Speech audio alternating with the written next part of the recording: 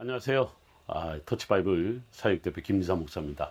오래간만에 여러분들과 인사를 나누네요. 일반적으로 여러분들과 나눌 때는 성지 탐방 혹은 성지 순례 또 이스라엘과 관련해서 여러분들과 인사를 하는데 오늘은 성지 탐방의 이스라엘 이야기랑 좀 다르게 이스라엘의 문화, 교육에 있어서 오늘 교육 이야기를 좀 여러분들과 나누려고 합니다. 우리 참 코로나 시절을 지나면서 참 어려운 시절을 지났는데요. 2021년도 코로나가 한창일 때 한국 교회가 참 어려움에 많이 빠졌습니다. 모일 수도 없고, 특별히 이 모임은 예배 모임도 예배 모이지만 우리 아이들 교육에 있어서 참 어려운 시절을 그렇게 보냈었습니다. 이때 오늘 제가 여러분들에게 한 분을 소개할 텐데요. 하브루타에 관한 논문을 쓰신 우리 김진영 박사님을 좀 소개하려고 합니다. 김진영 박사님 현재 서울신학대학에서 기독교 교육으로 강의를 하고 계시는 분인데요. 김진영 박사께서 이 코로나 시절에 이 하브루타와 관련된 논문을 쓰시면서 이 코로나 시절 앞으로 이후에 한국 교회가 또 뿐만 아니라 한국 사회가 어떻게 회복할 것인가, 이 회복에 대한 여러 대안을 많이 제시하고 있는데, 그동안 많은 그 하브루타에 관한 이야기가 있었지만 김진영 박사께서 이번에 제안하시는 이 하브루타 이 논문에서 밝히고 있는 여러 가지 이야기는 참 흥미롭습니다. 그래서 여러분들에게 오늘 이 김진영 박사의 이제 그 하브루타 이야기를 좀 여러분들과 또 자유롭게 나누게 될 것 같고요. 저도 물론 이스라엘에서 오래 이렇게 생활하면서 또 공부를 했습니다만, 제가 그 박사학위를 했던 바르일란 대학교가 랍비들이 세운 학교잖아요. 랍비들의 학습 그 방식 또 교수 방식이 대부분 다 하브루타다 보니까 저는 뭐 좀 더 솔직히 말씀드리면 이스라엘에 있을 때 하브루타라는 말을 사실 들어본 적이 없습니다. 하브루타 교육, 하브루타 철학, 하브루타 사상, 유대 사상에 있어서 하브루타가 갖는 중요성, 요즘 참 많이들 이야기하는 이 이야기를 저는 이스라엘에서 들어본 적이 사실 없었습니다. 오히려 한국에 와서 하브루타 이야기를 들으면서 제가 이스라엘에서 공부를 했나? 뭐 이런 생각도 한번 자책이랄까요? 한번 반성도 한번 해봤는데, 그만큼 한국 사회가, 한국 교육이 또 하브루타에 관심을 갖고 있는 거에 사실 깜짝 놀랐습니다. 이 하브루타에 대해서 이제 기독교 교육학자가 본 이 하브루타 교육 이야기 참 흥미롭다 생각해서 이번엔 성지 탐방 이야기가 아니라 이스라엘 교육에 대한 이야기로 여러분들과 좀 만나려고 합니다. 김진영 박사님을 여러분들께 좀 소개하려고 합니다. 안녕하십니까? 안녕하십니까. 김진영입니다. 김진영 박사님, 이렇게 또 만나게 돼서 너무 반갑습니다. 개인적으로는 제하고 가장 가까운 가족 관계이긴 합니다만, 이름이 비슷하죠. 그렇지만 저와는 좀 다르게 전공을 기독교 교육으로 공부를 하셨는데, 기독교 교육, 신학을 전공하신 분인데, 기독교 교육은 어떻게 기독교 교육을 하시게 되셨습니까? 뭐 고백을 하자면 사실 신학을 공부하면서 신학을 공부하는 사람이 하는 활동이 기독교 교육이지 않는가 이런 생각을 했다가 기독교 교육을 구체적으로 공부하면서 내가 잘못 생각했구나. 좀 더 교회에서 활동을 할 때 좀 전문성을 가지고 교육을 하면 어떻게 할까 하다가 이제 기독교 교육을 전공하게 된 것이 가장 큰 이유인 것 같습니다. 박사 논문은 어떤 제목이셨죠? 제가 2020년도에 박사학위 수여식을 했는데요. 그 박사 논문 제목이 우리가 이제 문화 간 갈등을 우리가 많이 경험을 하고 있는데, 이 문화 간 갈등을 해소할 수 있는 그런 기독교적인 접근이 없을까, 그런 연구 끝에 제가 문화 간 갈등 해소를 위한 기독교 교육적 접근, 그것으로 논문을 쓰게 됐죠. 참 요즘 한국 사회도 굉장히 다문화가 이제 어떻게 보면 일상화된 그런 상황에서의 참 적절한 시기에 좋은 논문을 쓰셨다라는 생각이 듭니다. 감사합니다. 근데 공교롭게 또 그 박사학위를 마치신 시기가 코로나 시기네요. 네, 맞습니다. 네, 코로나 시기에 그러면 이번에 논문을 발표하시게 됐는데, 논문 제목이 일상을 위한 하브루타 가능성 연구 이렇게 되어 있더라고요.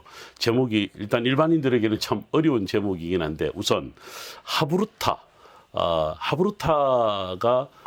김진영 박사님은 어떻게 정의를 내릴 수 있으실까요? 하브루타 하면 우리말이 아니기 때문에 생소하게 느껴지시는 것이 당연할 겁니다. 하브루타는 여러 가지 그 의미를 가지고 있어요. 첫 번째는 우리 김진삼 박사님처럼 이스라엘에서 유학을 하시고 또 원어민과 함께 생활하시면서 히브리어를 자연스럽게 익히신 분들은 잘 이해하실 수 있겠습니다만은 그 친구라고 하는 히브리어 중에 하베르라고 하는 말이 있습니다. 거기에서 파생된 말이라고 할 수 있습니다. 그래서 친구를 만나면서 경험하는 그런 의식들, 조금 더 확장을 하자면 파트너 의식이라고도 얘기할 수 있고, 또 특별히 우리 아까 김진삼 박사님께서 하브루타라고 하는 그런 용어를 처음 한국에 와서 들었다 이렇게 말씀하셨는데, 어쩌면 그 이유가 이 유대인의 교육 방식이기 때문에 체화되어 있는 유대인의 삶 속에는 그런 용어를 사용하지 않고서라도 체화되어 있는 교육 방식이기 때문에 아마 현지에서는 쉽게 들어보지 못한 그런 말일 수도 있겠다 하는 생각이 듭니다. 다시 정리하면 하브루타는 사실 여러 가지 정의 내용이 있습니다만 친구들과 함께 대화하면서 교육하는 방식이라고도 정의할 수 있지만 엄밀하게 얘기하면 유대인의 문헌, 특별히 종교적인 텍스트를 가지고 두 명의 학습자가 그 텍스트의 의미를 정확하게 해석하고 또 삶 속에서 적용하기 위해서 서로 어떤 결론을 도출해내는 토론의 과정이다. 이렇게 설명할 수 있습니다. 아, 네. 히브리어를 쓰시길래 이스라엘에서 유학한 줄 알았습니다. 죄송합니다. 네, 조금 제가 본토 발음을 말씀드리면 하베르라는 말에서 왔다고 하죠. 실질적으로 하브루타라는 말은 히브리어가 아니라 아람어입니다. 그래서 이제 이 아람어가 사용됐다라는 말에서 좀 의아하지 않으세요? 예수님 당시 때의 일상의 언어가 아람어였다 이렇게 우리가 보통 말하거든요.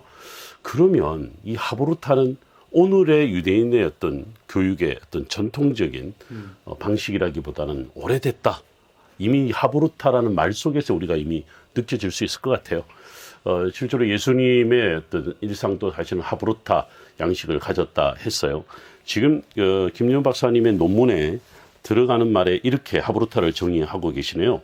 하브루타는 본래 유대인의 전통으로서 그들이 처했던 역사적 상황 속에서 자신들이 전유해왔던 종교적 유대 문헌에 대한 의미 해석 및 실천적 적용에 기반을 둔 유대인들의 교육적 전통이다. 이렇게 말씀을 합니다. 결국은 이 하브루타는 성경을 가르치는 또 성경을 어떻게 보면 어떻게 공부할 것인가 또 친구들과 함께 성경을 자유롭게 토론하면서 아마 그것이 그들의 문화 속에 또 전통 속에 남겨진 것이 어떻게 보면 교육의 하나의 방식이 되지 않았을까 그런 생각을 해요. 그래서 종교가 어떻게 보면 유대인들의 일상이라고 볼 수가 있겠죠. 김정 박사님은 이제 논문에서 이제 이번에 일상이라고 하는 표현을 쓰긴 하셨는데, 그래서 저는 처음에 종교성을 포함하지 않는 일상이 아닌가 이런 생각을 해봤는데 어떻게 생각하시는지요? 그렇죠. 하브루타를 어떻게 일상하고 관련을 할 수 있을까?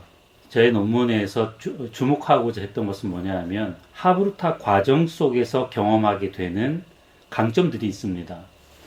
한국 사회에서 지금 대단히 여러 분야에서 하브루타를 차용해서 사용을 하고 있어요. 특별히 학원에서조차도. 네. 수학학원에서도. 네, 수학학원에서도. 뭐 국어학원이든 심지어 지리를 가르치는 과목에서도 하브루타를 차용해서 사용하고 있습니다. 제가 얘기하고자 했던 것은 뭐냐 하면 하브루타 과정을 통해서 얻게 되는 그 강점들 예컨대 종교 문헌에 나타난 정확한 의미를 찾아내기 위해서 종교 문헌과 나와의 상호작용뿐만 아니라 나와 함께 하고 있는 다른 학습자와의 상호작용을 통해서 좀 더 정확한 의미를 찾아내는 과정에서 얻게 되는 소통력이나 창의력이나 또 비판적인 의식 이런 관계성 또 심지어 조금 더 나아가면 그 윤리성까지도 이렇게 얻게 되는 그런 강점들이 있습니다. 이런 강점들을 주목하면서 그러면 이런 강점들이 우리 일상에서도 적용되지 않겠는가 하는 것에 제가 중심을 두고 초점을 맞춰서 이 논문을 쓰게 됐다 이렇게 설명할 수 있겠습니다. 굉장히 흥미롭네요. 제가 이스라엘에 살면서 그 유대인들의 그 초등학교 때부터 고등학교 때 보면 과목 중에 항상 어느 학년이든 또는 어느 교육 과정이든 빼놓지 않는 과목 중에 하나가 성경입니다. 그리고 이제 탈무드고 또 이스라엘의 그 성경 시대 역사를 꼭 가르치죠. 그렇게 보면 아이들이 우리의 성경과 탈무드가 뭐냐, 그리고 탈무드를 우리 일상에 특히 아까 윤리성 이야기하셨는데 우리의 삶 속에 하나의 지침이 되겠죠. 뭐 윤리적 지침이든 도덕적 지침이든 지침이 될 수도 있는데 그러면 이런 상황이 벌어졌을 때 이거는 어떻게 우리에게 작용하는가 뭐 이런 거하고 참 토론을 참 많이 하거든요. 아마 그런 비록 종교적인 문헌을 가지고 이제 토론을 하는 방식이긴 하지만 내용에는 차이가 있을 수 있겠죠. 그러니까 뭐 지금 말씀하신 지리 공부든 수학 공부든 아니면 본인들이 일상에서 갖는 여러 가지 관심에 있어서 그걸 적용하면 되는 건데 그렇다면 하브루타는 교육 내용이 아니고 교육 방식이네요. 굉장히 중요한 지적을 하셨습니다.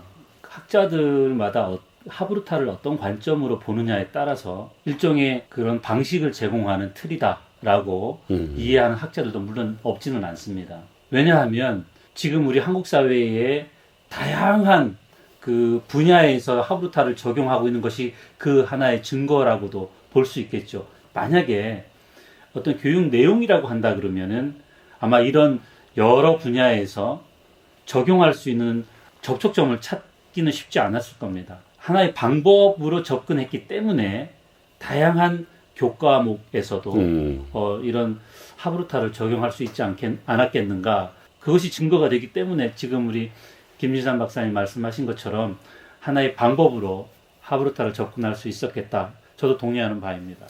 실제로 제 어릴 때 유치원에서 오르다 교육 뭐 이런 이야기 들어본 적 있어요? 그러니까 유대인들이 아이들을 가르칠 때 유치원 들어가기 전부터 유아들을 가르칠 때 오르다라고 하는 그 교구가 있어요. 교구가 있는데 그걸 갖고 이제 노는 방식에서 아이들이 뭐 영재가 된다.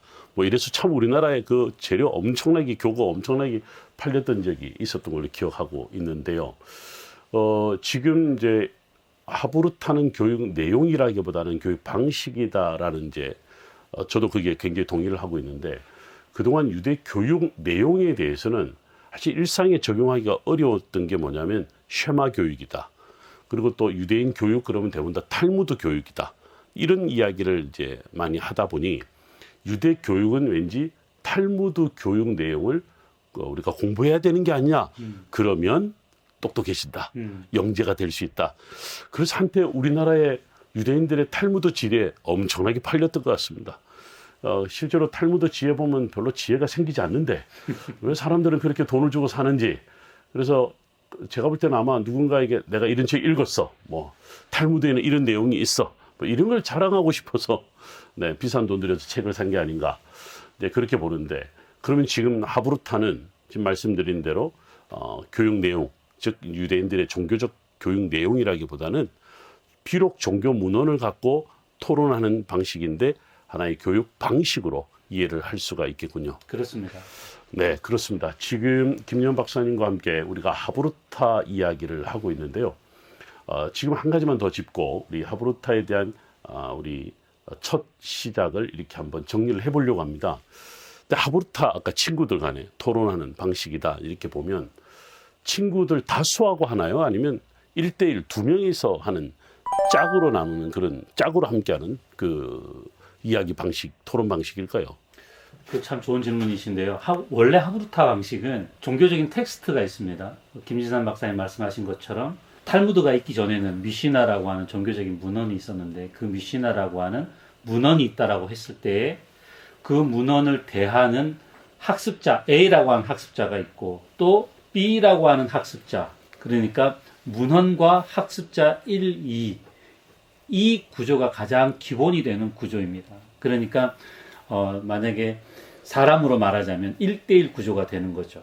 텍스트를 두고 1대1 마주보고 있는 학습자들이 서로가 어떻게 이해를 했는지 또 서로가 더 설득력이 있는 설명은 무엇인지 그리고 지지하거나 때로는 자신과 좀 다른 의견의 또 견해는 무엇인지 이런 것 과정을 통해서 가장 설득력이 있거나 또 좋은 해석을 찾아 나가는 과정이기 때문에 기본적으로 하브루타 과정의 구성은 텍스트와 두 명의 학습자다 이렇게 볼 수 있습니다. 흥미로운 이야기인데요. 제가 흥미롭다는 이야기는 글쎄요. 뭐 저희 교육 받을 때 또 저희가 공부할 때요. 친구와 나하고 어떤 주제를 갖고 토론한다. 상상을 못했던 게 뭐냐면 아는 게 없거든요. 또 문헌을 찾아보는 방식 글쎄 우리가 무슨 문헌을 찾아봐야 될지 전혀 우리는 감을 못 잡는데 유대아이들이 어떤 주제가 있다. 주제를 선정한다. 또 본인 스스로가 그 주제를 갖고 문헌을 찾아본다. 이게 가능한 이야기인가요? 우선은 그 하브루타의 어떤 구성 요소에 있어서 다양한 구성 요소들이 있어요. 그 중에 하나가 뭐냐 하면 교사에 의해서 좋은 텍스트를 받아야 합니다. 그러니까 막연하게 서로 어떤 내용을 가지고 대화를 하도록 하는 것이 아니고 주어지는 텍스트, 그 텍스트를 가지고 서로가 어떤 해석을 해내는지 또 더 어떤 해석이 더 좋은 해석인지 이런 과정을 찾아 나가는 작업이기 때문에 그런 부분에 있어서는 우선은 텍스트가 좀 정해지는 부분이 있다 이렇게 이해하실 수 있겠습니다. 김진현 박사님 이야기를 듣다 보니 제가 이제 이해가 되는 부분이 있어요. 이스라엘에서 이 초등학교를 방문한 적이 있었는데 선생님은 계시지 않고 학생들끼리 이거는 제법 나이가 좀 있었어요. 제가 볼 때는 한 중고등학교, 초등학교 학생들이 아니라 한 고등학교 학생들 아주 크다 생각했는데 굉장히 아주 마치 우리 시장의 어떤 시끌벅적한 그런 생각이 들 정도로 굉장히 떠들썩했습니다. 근데 선생님이 계시지 않았어요. 근데 모두가 다 책을 하나씩 들고 있는데 그게 이제 탈무드의 이제 그렇습니다. 한 파트들이었는데 그런데 나중에 제가 시간을 쭉 지나고 보니까 선생님이 들어오시더라고요. 들어오고 난 다음에는 이제 학생들이 조용해지면서 선생님이 그때 이제 이 학생들한테 이제 질문을 하더군요. 자, 오늘 이 주제에 대해서 우리가 공부할 텐데, 자, 여기에 대해서 이야기할 수 있는 사람 이렇게 이야기하니까 뭐 또 한 번에 또 시장이 되는 거죠. 내가 이야기하겠다고, 우리가 이야기하겠다고 굉장히 아주 떠들썩한 수업 분위기가 마치 질서가 없는데 굉장히 질서적인. 그러니까 학생들이 자기들이 미리 공부하고 그 주제에 대해서 자료를 갖고 공부를 하고 이미 공부를 했으니까 학생들이 알고 있는 거죠. 그렇기 때문에 학생들이 자유롭게 자기 의견을 나눴던 것 같은데 그러면 이 교사의 역할이 굉장히 중요하네요. 그렇습니다. 이 교사가 잘해야 되네요. 잘해야 됩니다. 이 참 우리 선생님들 잘 들으셔야 될 것 같습니다. 그러면 교사가 이 주제를 잘 선택을 하고 이제 요즘은 대학으로 말하면 실라버스가 미리 나눠지죠. 그러니까 이제 그 좋은 선생님인지 아닌지 어떻게 하냐면 저는 이제 대학에 있어도 강의를 하다 보니까 실라버스를 한 학기에 내가 이렇게 강의하겠다 이렇게 줄 때 보면 어떤 선생님들은 뭐 그냥 이번 주제가 이런 거야 하고 그냥 이걸 책들만 쭉 주는 경우가 있고 어떤 선생님은 그 이렇게 예를 들어 15번의 강의가 있다면 각 주제 이번 시간의 주제, 소주제, 그다음에 질문, 읽어야 할 심지어는 책이 아니라 아티클, 그러니까 이제 논문 같은 것도 아주 상세하게 주더군요. 그렇게 되면 학생들은 그거를 그냥 넘길 수 없는 것이 이번 시간에 이걸 읽어오지 않으면 수업을 따라갈 수 없구나.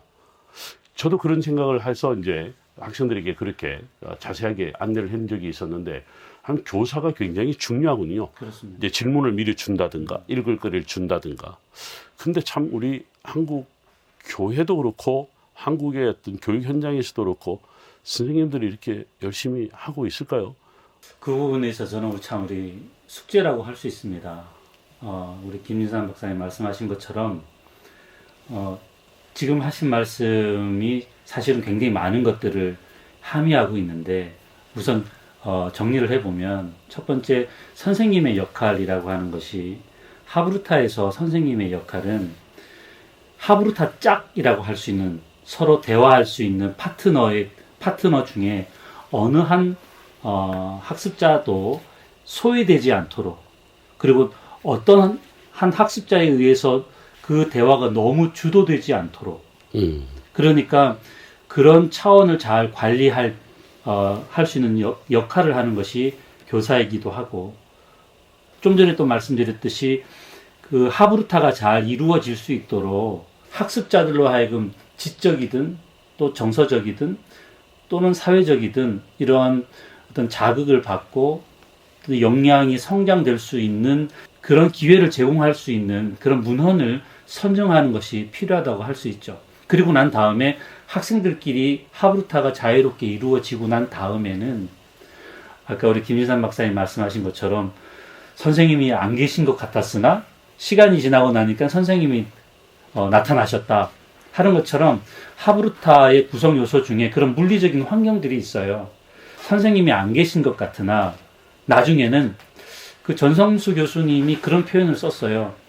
그렇게 하브루타가 끝나고 난 다음에 선생님이 나와서 정리하고 평가하는 그 과정을 쉬우르라고 표현한다. 이렇게 표현을 했는데, 그런 것처럼 하브루타가 학생들의 수준에 끝나지 않고 선생님에 의해서 다시 정리되어지고 평가되어지는 그런 시간들이 있단 말이죠. 그런 부분에 있어서 선생님들의 역할이 참 중요하다. 조금 더 이야기를 이어가면 한국교회의 이와 관련돼서 선생님들의 역할을 잠깐만 말씀을 드려본다면, 한국교회가 지금은 뭐 여러 환경 때문에 코로나든지 또는 출산율 저하라든지 그 다음에 여러 또 뭐 긍정적인 이야기도 있지만 교회에 대한 부정적인 이야기들 때문에 출석률이 저하되고 있다.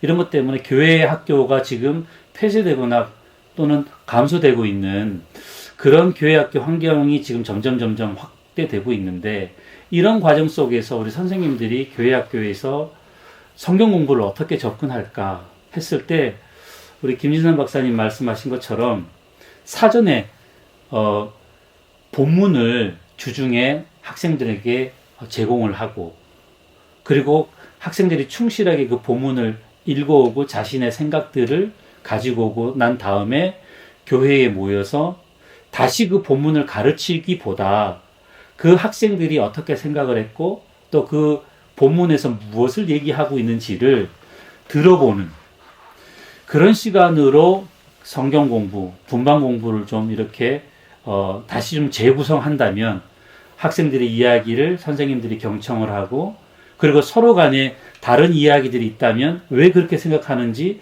서로 이야기를 들어볼 수 있는 시간들로 분반 공부가 좀 재구성된다면 교회 학교의 어떤 성경 공부가 조금 더 활성화되지 않을까, 이런 생각을 해보게 됩니다. 네, 감사합니다. 하브루타, 어려운 개념이죠. 많이 들어봤지만 하브루타가 뭔지, 또 하브루타가 왜 우리가 필요한지, 또 특별히 성경 공부에 교회 학교에 왜 필요한지, 오늘 일상을 위한 하브루타 학습 가능성 연구라고 하는 논문을 최근에 발표하시고 또 하브루타에 대해서 강의하고 계시는 우리 김준영 박사님을 통해서 하브루타 이야기를 지금 풀어가고 있고, 또 여러분들의 질문도 더 받고 싶습니다. 여러분들이 댓글을 달아주시면 그에 대한 또 저희가 답변을 최대한 해보려고 합니다. 이제 우리가 하브루타에 대한 개념 정리를 어느 정도 이렇게 했다면, 이제 하브루타 이 관련된 이야기 논문을 통해서 좀 더 우리가 이야기를 좀 풀어가 보려고 합니다.